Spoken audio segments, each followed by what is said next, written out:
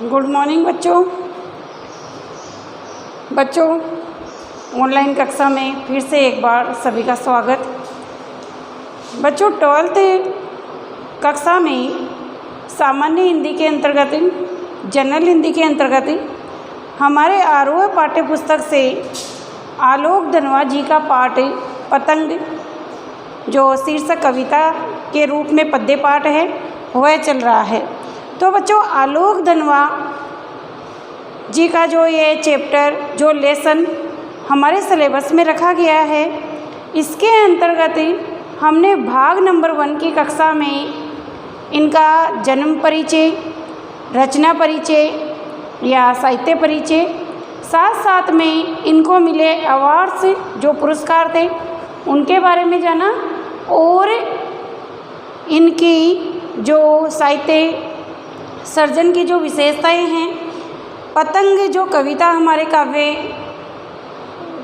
काव्य के अंतर्गत जो कविता है हमारे सिलेबस में रखी गई है, उसकी विशेषताओं को हमने जो है एक बार सरसरी तौर पर समझने का प्रयास किया।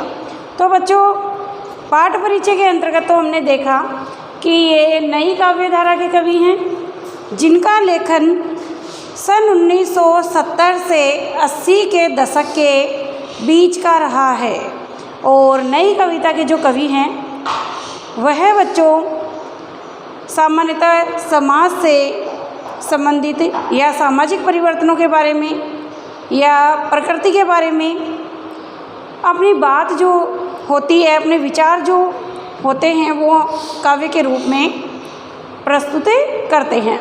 तो बच्चों आलोक धनवा भी एक ऐसे ही प्रकृति प्रेमी, एक ऐसे ही संवेदनशील भावुक कवि के रूप में हमें देखने को मिलते हैं। यह वर्तमान में स्वतंत्र लेखन कार्य भी कर रहे हैं, साहित्य सर्जन भी कर रहे हैं। साथ ही साथ वर्तमान में ये महात्मा गांधी अंतर्राष्ट्रीय विश्वविद्यालय वर्धा के अंतर्गत हिंदी के प्रोफेसर सहायक आचार्य के पद पर कार्यरत है, अर्थात हिंदी के साहित्य सर्जन के साथ साथ इसका जो अध्ययन कार्य है उसमें भी अपनी सेवाएं दे रहे हैं। हमारे पाठ्यक्रम में बच्चों इनकी पतंग काव्य संग्रह से जो एक बहुत बड़ी कविता है पतंग, वो पतंग काव्य संग्रह से ली गई एक लंबी कविता है जिसका तीसरा भाग हमारे पाठ्यक्रम में हमारे एनसीईआरटी के सिलेबस में रखा गया है।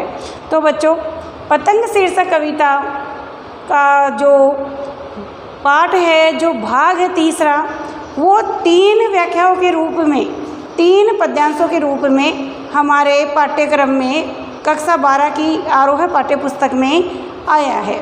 तो आज की कक्षा में हम इनकी पतंग शीर्षक कविता का जो प्रथम जो पद्य है उसका अध्ययन करेंगे, उसका वाचन करेंगे, काठिन्य निवारण करेंगे, उसका भावार्थ जो है वो समझने का प्रयास करेंगे। लेकिन बच्चों इससे पहले जैसे कि मैंने भाग 1 की कक्षा में बताया कि कवि की भाषा शैली आलंकारिक है, भावानुकूल है, साथ साथ में बिंबात्मकता से भी युक्त है। तो इसमें हमारे जो सर्वे बिंब है, स्पर्श बिंब है, हमारा ग्राव्य बिंब है, ये ऐन्द्रिक जो 5-4 प्रकार के बिंब होते हैं वह हमें देखने को मिलेंगे। साथ ही साथ प्रकृति में आए परिवर्तन को भी हम इस कविता के माध्यम से अनुभूत करेंगे, उसे समझेंगे। तो बच्चों इस कविता में कवि शरद ऋतु के बारे में अपने विचार रख रहा है और शरद ऋतु के बारे में आप सभी जानते हैं कि बच्चों जुलाई अगस्त के महीने में बरसात हो जाती है, जिसे देसी महीने के रूप में हमारे सावन भाद्रपद या सावन भादों के महीने के रूप में भी जाना जाता है। और सितंबर के महीने में हल्की हल्की जो शीत है, शरद है, ठंड है, उसका आगमन हो जाता है, हल्की हल्की सर्दी पड़ने लग जाती है। तो उसी के माध्यम से और प्रकृति को मानवीकरण देते हुए, मानव का रूप देते हुए कवि ने अपने विचार हमारे सामने रखे हैं। धनवा जी अपनी पतंग शीर्षक कविता में कह रहे हैं सबसे तेज बौछारे गई, भादो गया सवेरा हुआ। खरगोश की आंखों जैसा लाल सवेरा, शरद आया पुलों को पार करते हुए। अपनी नई चमकीली साइकिल तेज चलाते हुए, घंटी बजाते हुए, ज़ोर ज़ोर से चमकीले इशारों से बुलाते हुए। पतंग उड़ाने वाले बच्चों के झुंड को चमकीले इशारों से बुलाते हुए। इस लाइन की आवृत्ति यहाँ पर बच्चों फिर से होगी, जिसे मैंने यहाँ डैश डैश करके लिखा है। आकाश को इतना मुलायम बनाते हुए कि पतंग ऊपर उठ सके, दुनिया की सबसे हल्की और रंगीन चीज़ उड़ सके। बाँस की सबसे पतली कमानी उड़ सके कि शुरू हो सके सीटियों, किलकारियों और तितलियों की नाजुक दुनिया। अब देखो बच्चों, इस कविता का वाचन करने से ही हमें पता चल जाता है कि कवि प्रकृति प्रेमी है। कवि को प्रकृति से अत्यधिक लगाव है, अत्यधिक प्यार है, प्रेम है। इसीलिए वह प्रकृति का वर्णन जो है शरद ऋतु के माध्यम से कर रहा है। और शरद ऋतु में किस प्रकार प्रकृति में, मौसम में परिवर्तन आता है, वो सारी बातें कवि ने हमारे साथ यहाँ पतंग कविता के माध्यम से शेयर की है, साझा की है। हमें बताने का, हमें अनुभूत कराने का बहुत ही सुंदर अच्छा प्रयास किया है। अब बच्चों इसका हम अनुवाद करें उससे पहले, ज़्यादा तो इसमें कठिन शब्द है नहीं, लेकिन जो भी हैं उनको समझ लेते हैं। बौछारे, बौछारे का अर्थ होता है कि बौछार, और वर्षा की ऋतु में या बरसात के मौसम में जो बरसात होती है उसके लिए यहाँ बौछारे शब्द का प्रयोग किया गया है। तो इससे हम लेंगे वर्षा की ऋतु। भादो, भादो का अर्थ होता है बच्चों भाद्रपद का महीना। हमारा जो हिंदू पंचांग है या हमारे जो देसी महीने हैं उसमें सावन के बाद में भाद्रपद के महीने का आगमन होता है, जिसे हम कह सकते हैं कि सितंबर का महीना। तो बच्चों अक्सर जुलाई अगस्त, जिसे हम सावन भादो कह सकते हैं, के महीने में बरसात होती है, और भाद्रपद के बाद में जो महीना हमारा सितंबर का आता है उसमें हल्की हल्की जो है शरद की या ठंड की शुरुआत हो जाती है। खरगोश की आंखों जैसा, खरगोश का अर्थ यहाँ खरगोश ही है, लेकिन यहाँ पर उपमा के रूप में कवि ने खरगोश शब्द का प्रयोग किया है। शरद, शरद का तात्पर्य शीत ऋतु से है, शीत ऋतु से है। फिर है यहाँ पर साइकिल, साइकिल का अर्थ भी साइकिल ही होगा, और घंटी बजाते हुए इसका अर्थ है साइकिल के ऊपर लगी हुई घंटी। इसके बाद में पतंग, जिसे बच्चे उड़ाने के लिए काम में लेते हैं। झुंड, झुंड का अर्थ होता है समूह है। आकाश का अर्थ आकाश ही है। मुलायम का अर्थ है सॉफ्ट, बहुत ही मुलायम। तो मुलायम जब यहाँ पर कभी प्रयोग में ला रहा है इस शब्द को, तो हमें यहाँ पर स्पर्श बिंब का प्रयोग बच्चों देखने को मिल रहा है। आगे इसमें बाँस, बाँस का अर्थ एक लकड़ी से है जो पतंग बनाने के लिए काम में ली जाती है। कमानी, तो बाँस की बच्चों ऐसे घुमावदार रूप देकर जो कमानी होती है, जो लकड़ी होती है, वो पतंग में लगाई जाती है और उससे पतंग की रचना या निर्माण किया जाता है। फिर तितलियाँ से बहुवचन तितलियों बना है, जिसका अर्थ हमारे जो उड़ने वाली जो तितलियाँ होती हैं, यही इसका अभिप्राय है। नाजुक का अर्थ भी मुलायम होगा, और दुनिया का अर्थ होगा दुनिया अर्थात जगत या संसार।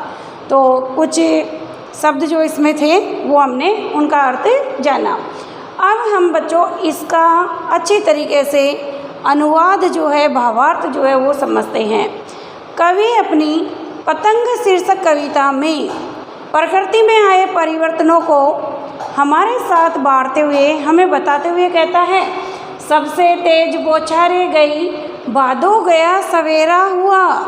कि सबसे तेज बौछारे गई अर्थात बरसात की जो ऋतु थी, वर्षा का जो काल था, बरसात का जो समय था, वो अब चला गया है। भादो गया अर्थात भादवे का महीना, भाद्रपद का महीना चला गया है। तो बच्चों हिंदू पंचांग के अनुसार सावन के बाद में भादों का महीना आता है, लेकिन हमारे अंग्रेजी कैलेंडर के अनुसार देखते हैं तो जुलाई अगस्त के महीने में बरसात होती हैं और भाद्रपद का जो महीना है वो अगस्त सितंबर के लगभग इसे लिया जाता है। उसके बाद में बच्चों सितंबर के महीने में शरद ऋतु का आगमन हो जाता है, ऐसा कवि कह रहा है। तो कवि कहता है भादो गया, भादवे का जो महीना था वो अब चला गया है, अर्थात अब बरसात के महीने की समाप्ति हो चुकी है, अब बरसात नहीं होगी। सवेरा हुआ और अब सवेरा हुआ है, अर्थात बरसात का महीना चले जाने के बाद में जैसे ही अगले जिस महीने का प्रारंभ हुआ, सितंबर का महीना जैसे ही आया और उस महीने में जो प्रातःकाल का उदय हुआ या सवेरा हुआ, उसमें देखो कैसा परिवर्तन हुआ। खरगोश की आंखों जैसा लाल सवेरा जैसे ही प्रातःकाल हुआ, तो कवि कह रहा है कि मैंने देखा कि आकाश में ऐसे बादल छाए हुए हैं जो खरगोश की आंखों जैसा लाल सवेरा, जो खरगोश की आंखों की तरह लाल लाल दिखते हैं और बहुत ही देखने में सुंदर, बहुत ही प्रिय, आकर्षक लगते हैं। कहने का तात्पर्य है कि कवि कहना चाह रहा है कि बच्चों सावन भादों के महीने में जो बरसात होती है वो बरसात के महीने तो अब चले गए हैं, परिणाम स्वरूप अब बरसात नहीं होगी और अब धीरे धीरे जो है शरद ऋतु का आगमन हो चुका है। इस प्रकार शरद ऋतु के मौसम में या शरद ऋतु में आकाश में जो बादल होते हैं वो लाल लाल लालिमा लिए हुए होते हैं, जबकि बरसात के महीने में जुलाई अगस्त में जो आकाश में बादल होते हैं वो बरसात के कारण बच्चों कालीमा लिए हुए होते हैं। काले काले रंग की घटाएं, काले काले बादल आकाश में छा जाते हैं, जिसके कारण अंधेरा सा चारों तरफ प्रतीत होता है। लेकिन अब बरसात चली गई है तो काली घटाएं, काले बादल आसमान से हट गए हैं और चारों तरफ शरद ऋतु के आगमन के कारण लाल लाल बादल, बहुत ही सुंदर बादल आकाश में छाए हुए हैं, जिसे देखकर ऐसा लगता है कि मानो खरगोश की लाल लाल आंखें टिमटिमा रही हो, खरगोश अपनी लाल आंखों से सबको देख रहा हो। तो यहाँ पर देखिए बच्चों, आप आकाश में शरद ऋतु में छाए हुए बादलों को खरगोश की लाल आंखों की उपमा दी है। क्या कहा है? खरगोश की लाल आंखें कहाँ है? तो यहाँ पर हमें उपमा अलंकार का प्रयोग देखने को मिलता है। और उपमा अलंकार में आप सभी को पता है कि जब एक वस्तु की दूसरी वस्तु के साथ तुलना की जाती है, कंपैरिजन किया जाता है, उसका महत्व बताया जाता है, तो वहाँ उपमा अलंकार होता है। तो यहाँ पर कवि ने शरद के मौसम में, शरद ऋतु में आकाश में छाए हुए लाल बादलों की तुलना खरगोश की लाल आंखों से की है। तो यहाँ पर कवि ने उपमा अलंकार का प्रयोग किया है। इसके साथ ही हम आगे देखेंगे, शरद आया पुलों को पार करते हुए।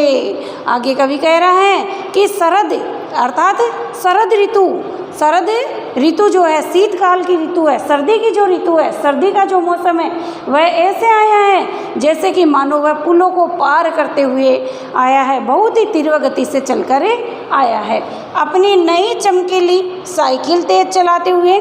और वह अपनी चमकीली तेज साइकिल पर बैठ करके जिस प्रकार बच्चा चलकर आता है, वैसे वह पुलों को पार करते हुए जो है बहुत ही तेज गति से चलकर आ गया है।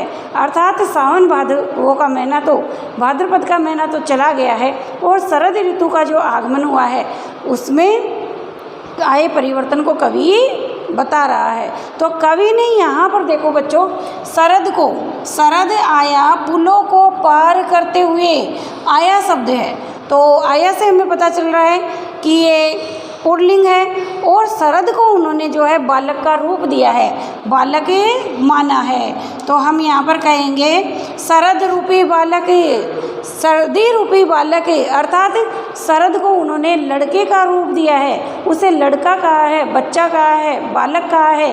तो शरद को बालक का रूप देने के कारण एक बालक जिस प्रकार क्रिया प्रतिक्रिया करता है, साइकिल पर बैठ करके वो तीव्र गति से साइकिल चलाता है, पुलों को पार करता हुआ वो दौड़ता रहता है, घूमता रहता है, उसी प्रकार कवि अपनी बात कह रहा है कि शरद रूपी जो बालक है, शरद रूपी जो बच्चा है, वह पुलों को पार करते हुए अपनी नई नई वे जो चमकीली साइकिल है उसे तेज गति से चलाते हुए चला आया है। दूसरा इसका जो अर्थ होगा वह यही है कि शरद ऋतु में आकाश में चारों तरफ लाल लाल स्वच्छ साफ बादल छा गए हैं, तेज धूप निकल आई है, चारों तरफ मौसम जो है स्वच्छ हो गया है, चारों तरफ जो है धूप के कारण प्रकाश ही प्रकाश फैल गया है और प्रकृति बहुत ही सुंदर, रमणीय, आकर्षक रूप में हमें देखने को मिल रही है। तो इस प्रकार शरद को बालक कहा है। आगे कहते हैं कवि, घंटी बजाते हुए जोर जोर से चमकीले इशारों से बुलाते हुए, कि वो शरद रूपी बच्चा जो है उसी प्रकार बालक की तरह जो बालक घंटी बजाते हुए तीव्र गति से साइकिल को चला करके आता है, उसी प्रकार शरद रूपी बालक जो है घंटियां बजाते हुए अपने इशारों से हमें बुलाते हुए जो है बहुत ही तीव्र गति से, बहुत ही तेज गति से चलकर आ गया है। अर्थात बहुत ही जल्द बरसात ऋतु चली गई और शरद ऋतु का आगमन हुआ। परिणाम स्वरूप मौसम में, प्रकृति में कई सारे परिवर्तन आए। अब बच्चों हम यहाँ पर देखते हैं एक जो महत्वपूर्ण बात है वह है घंटी बजाते हुए। तो साइकिल के ऊपर आप सभी को पता है कि घंटी लगी हुई होती है और बच्चा जो है साइकिल चलाता है तो बार बार वो घंटी का प्रयोग करता है, घंटी बजाता है। उसी घंटी की जो ध्वनि होती है, आवाज़ होती है, वह सबको सुनाई देती है। परिणाम स्वरूप घंटी की ध्वनि का सबको सुनाई देना जो बिंब है वो हमारा सर्वे बिंब है, क्योंकि इसका संबंध हमारी सर्वेंद्री से, हमारे कानों से, कर्णेंद्री से है। परिणाम स्वरूप यहाँ पर हमें कवि का सर्वे बिंब का प्रयोग देखने को मिलता है। तो कवि यहाँ पर कह रहे हैं, घंटी बजाते हुए जोर जोर से चमकीले इशारों से बुलाते हुए वो शरद रूपी बालक जो है आया है, वह जो घंटी बजा रहा है, जो तेज हवाएं चल रही है घंटी रूपी, उन्हें सुनकर ऐसा लग रहा है कि मानो वह हमें इशारों ही इशारों में अपनी तरफ बुला रहा है। आगे देखो बच्चों, कवि ने प्रकृति में हुए परिवर्तनों को हमारे सामने व्यक्त करते हुए अपनी बात पतंग के माध्यम से रखी है। कवि कह रहा है, पतंग उड़ाने वाले बच्चों के झुंड को चमकीले इशारों से बुलाते हुए, और अब जैसे ही मौसम में परिवर्तन आया है वैसे ही बच्चे जो है एक जगह इकट्ठे हो गए हैं, उन्होंने झुंड बना लिए हैं और झुंड बना करके वो पतंग उड़ाने का प्रयास कर रहे हैं, कार्यक्रम बना रहे हैं। साथ ही साथ कवि कह रहा है, आकाश को इतना मुलायम बनाते हुए कि पतंग ऊपर उड़ सके। तो शरद ऋतु ने अपने आप में यह कह सकते हैं कि शरद ऋतु में आकाश बिल्कुल स्वच्छ हो गया है, साफ हो गया है, जिसके लिए कवि ने मुलायम शब्द का प्रयोग किया है। अर्थात बहुत ही स्वच्छंद हो गया है, जिसे देखकर ऐसा लगता है कि मानो शरद ऋतु ने, शरद रूपी बालक ने जो है जानबूझकर अपने में ऐसा परिवर्तन किया है ताकि जो बच्चे हैं आराम से आकाश में पतंग उड़ा सके।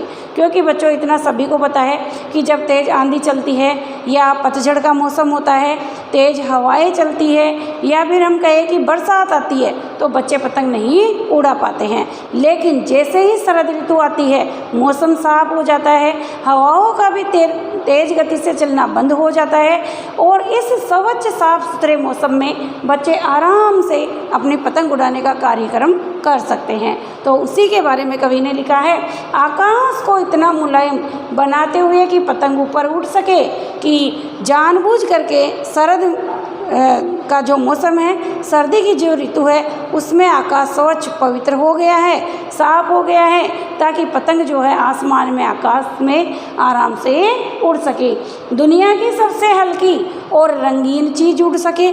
और देखो बच्चों, पतंग के लिए कहा है दुनिया की सबसे हल्की और रंगीन चीज़ उड़ सके। तो वास्तव में पतंग एक रंग की नहीं होती, कई रंगों की होती है, रंग बिरंगी होती है और तरह तरह की आकृतियों में वो बनती है। तो इसीलिए कहा है कि आकाश में जो है दुनिया की सबसे हल्की, बहुत ही कागज़ की हल्की होती है चीज़, आराम से जो है पतंग है वो उड़ सके।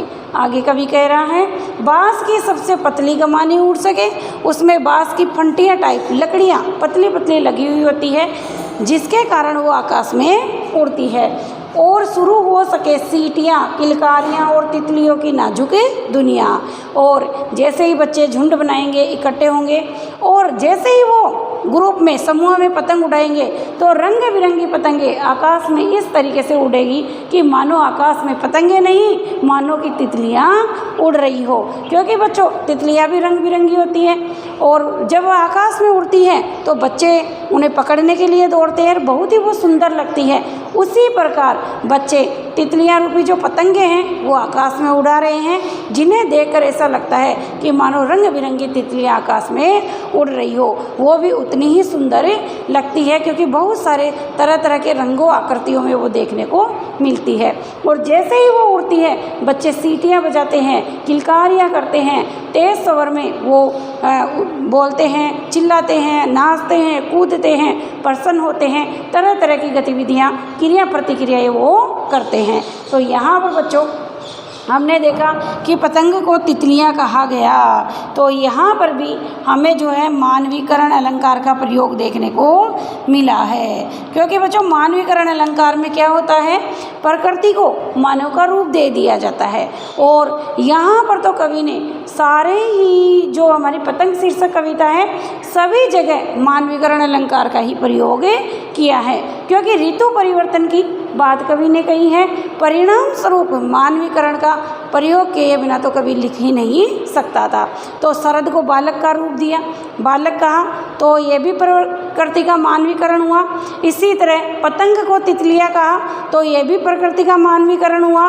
इसी तरह आसमान में छाए हुए लाल बादलों को खरगोश रूपी आंखें कहा, तो ये भी प्रकृति का मानवीकरण हुआ। तो बच्चों इस कविता में कवि ने बहुत ही सरल सहज तरीके से बहुत ही बिंबात्मक भावानुकूल शब्दों का प्रयोग करते हुए शरद ऋतु में आए हुए परिवर्तनों को दिखाया है। अब मान लीजिए बच्चों यही आपके व्याख्या आ जाती है, तो व्याख्या में पूर्व कक्षाओं में भी हमने जाना कि हम 4 बिंदुओं में अपने विचार रखते हैं। सर्वप्रथम हम सप्रसंग लिखते हैं। क्या लिखते हैं? सप्रसंग। फिर नंबर 2 पर हमें प्रसंग लिखना होता है। नंबर 3 पर हमें व्याख्या लिखनी होती है। नंबर 4 पर हमें विशेष के बिंदु लिखने होते हैं।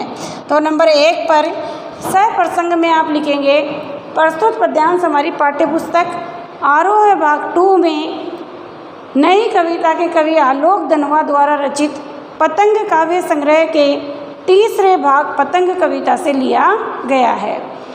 प्रसंग में लिखेंगे, प्रस्तुत पद में प्रस्तुत पद्यांश में कवि ने शरद ऋतु के माध्यम से शरद ऋतु को बालक का रूप देते हुए प्रकृति परिवर्तनों को हमारे सामने प्रस्तुत किया है।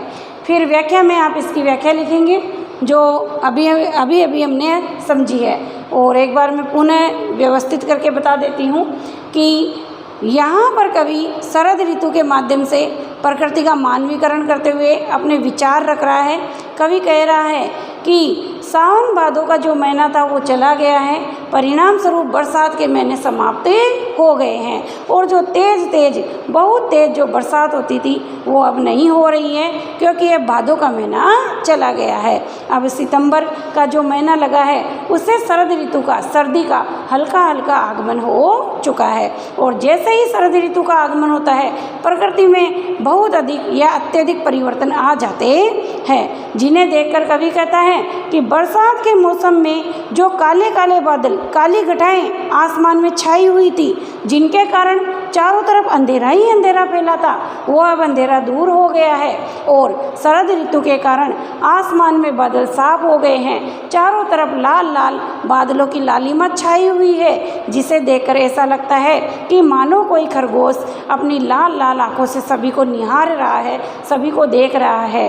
तो यहाँ पर कवि ने उपमात्मक रूप से या उपमा का प्रयोग करते हुए शरद में आई परिवर्तनों को खरगोश की उपमा दी है या खरगोश का रूप दिया है। फिर आगे लिखेंगे कि कवि शरद को बालक का रूप देते हुए कहता है कि जिस प्रकार एक बच्चा अपनी नई साइकिल खरीदता है, परिणाम स्वरूप उसके हृदय में आनंद रहता है, उल्लास रहता है कि वो सबको अपनी साइकिल दिखाए, तो वह अपनी नई साइकिल पर बैठता हुआ, उसे तीव्र गति से चलाता हुआ, उसकी घंटी को बजाता हुआ पुलों को पार करता है और चारों तरफ वो घूमता रहता है। उसी तरह शरद ऋतु का आगमन हुआ है और कई सारे परिवर्तन देखने को मिले हैं। इसके साथ साथ कवि कहना चाहता है कि शरद ऋतु में मौसम साफ हो गया है, आकाश में स्वच्छता आ गई है, कहीं पर भी अंधेरापन नहीं है, चारों तरफ जो है परिवर्तन ही परिवर्तन, प्राकृतिक सुंदरता हमें देखने को मिल रही है। और बरसात में बच्चे जो पतंग नहीं उड़ा पा रहे थे वो अब झुंड बना करके इकट्ठे हो गए हैं ताकि वो स्वच्छ साफ मौसम में अपनी पतंग जो है उड़ा सके।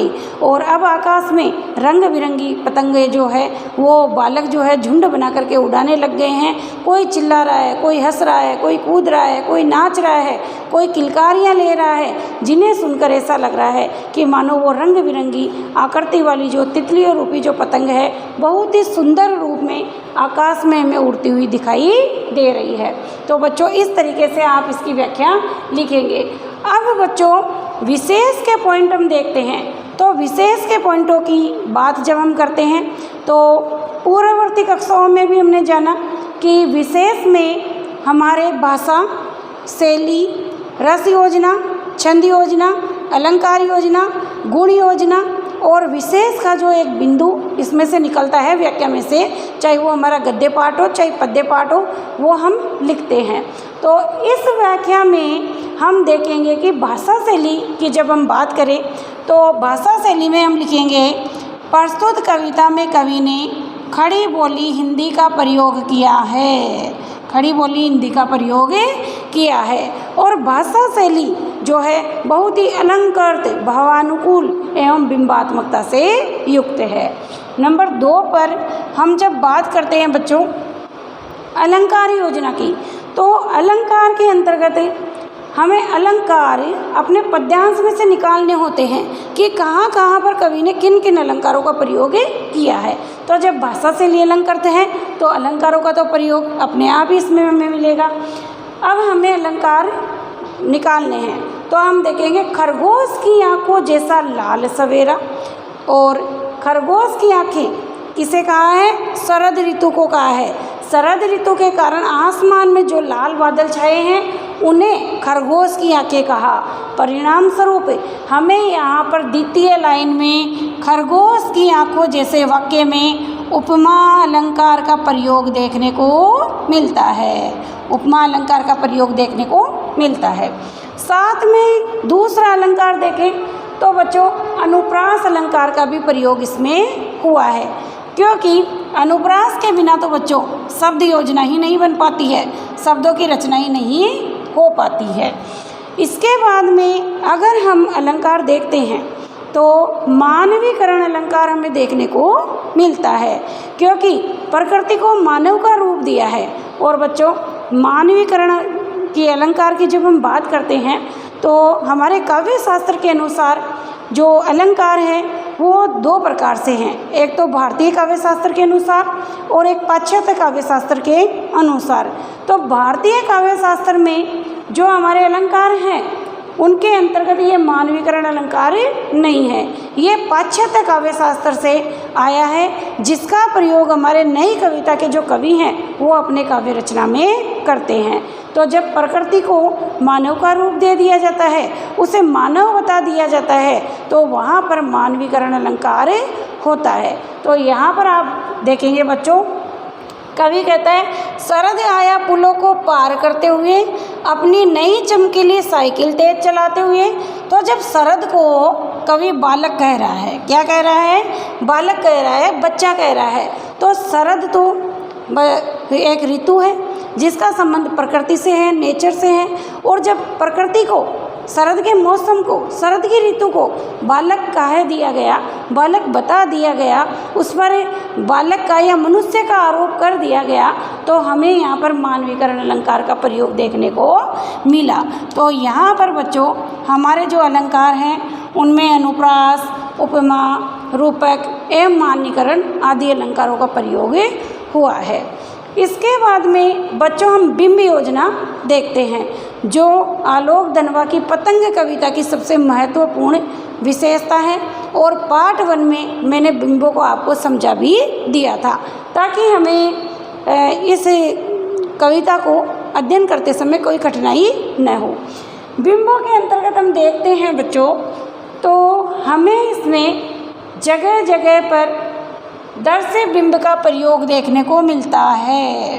दर्शे भी आया है, स्पर्श भी आया है और सर्वे बिंब का भी इसमें प्रयोग हुआ है। तीनों ही बिंब यहाँ पर आए हैं।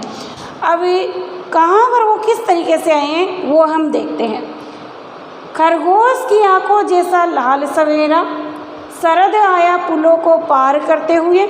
अब बच्चों देखो, शरद ऋतु में आए प्रकृति परिवर्तन को, बादलों में हुए परिवर्तन को कवि ने खरगोश की आंखों जैसा कहा।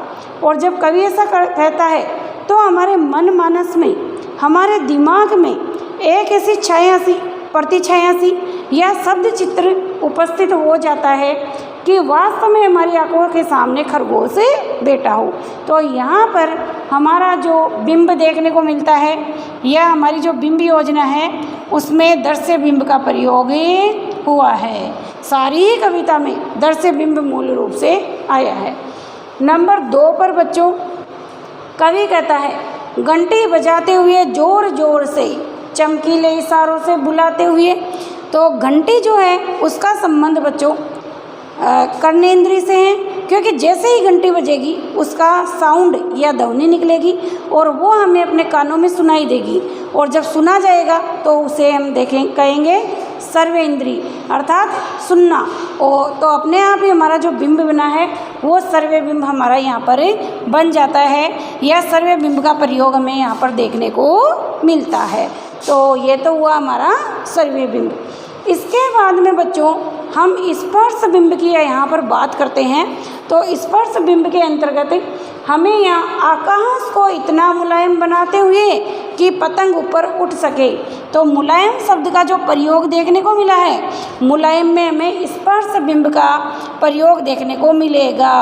और स्पर्श का संबंध आपको पता है कि हमारे त्वचा से है, क्योंकि त्वचा के माध्यम से ही हम स्पर्श की या स्पर्शानुभूति करते हैं।